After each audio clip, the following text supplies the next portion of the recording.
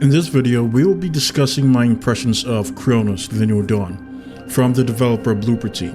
We will cover things that make the game excellent and a couple things that makes the game not so excellent.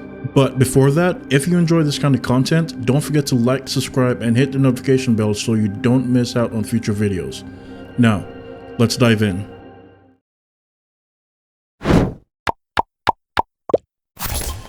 Cronos: The New Dawn enters itself into the list of atmosphere-heavy sci-fi survival horror games, putting itself against the likes of Dead Space and the Callisto Protocol. Yes, the Callisto Protocol. I don't think it was a bad game. It introduces some novel mechanics that we'll discuss later in the video, and reminded me, despite some shortcomings, why I fell in love with Dead Space all over again. Now, a bit about the story, just a general overview of what we're doing in this world. Cronos puts you in control of the Traveler, codenamed ND-3576, who is a tool for an elusive organization called the Collective.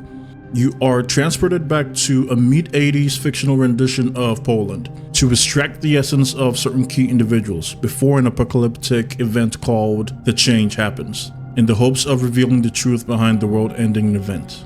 One of the very first things that Cronos hits you with is how hauntingly imposing the atmosphere feels, and how its soundtrack can evoke a deep sense of fear and dread.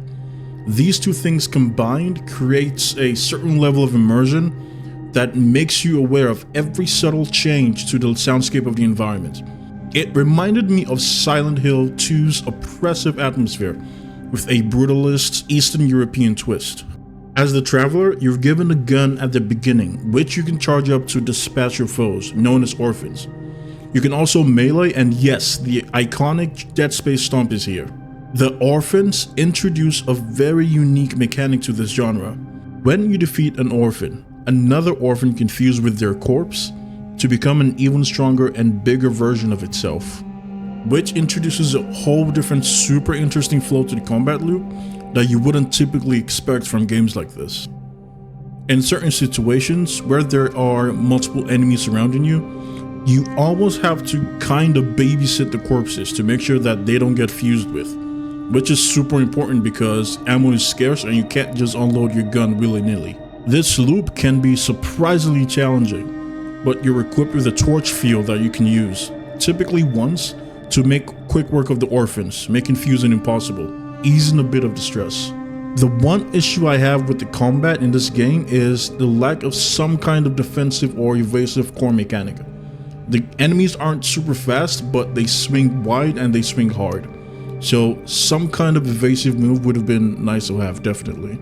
Cronos is a thoroughly linear game with some opportunities to backtrack and get formerly unreachable loot, but exploration isn't quite the game's strong point.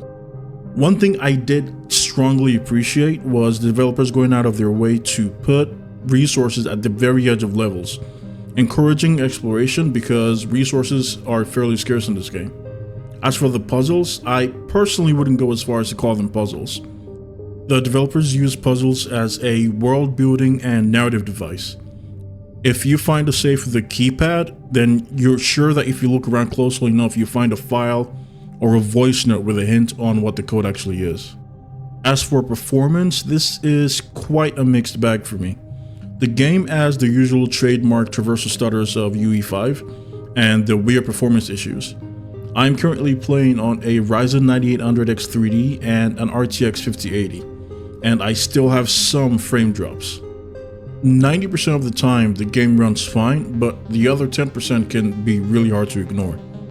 But one thing I do find interesting is that Digital Foundry recently highlighted in their most recent hands-on impression video of Konami's incoming Silent Hill F game is that it runs wonderfully well with zero stutters. Which is alarming because I think the two games are of a similar scope in terms of design. It's becoming more and more apparent that it might not be a UE5 issue, but rather a dev issue. Hopefully, Blooper Team keeps patching the game to alleviate the performance issues. So, in conclusion, Cronos manages to immerse and ground me in its world, despite some issues like the performance and some design choices. I recommend you play Cronos: The New Dawn if you remotely love games like Dead Space and Silent Hill. It will 100% scratch your survival aura itch. Now I want to hear from you guys. Are you planning on picking up Cronos? Or are you holding off until the patches fix the performance? And the bigger question, are you tired of UE5 supposedly ruining games?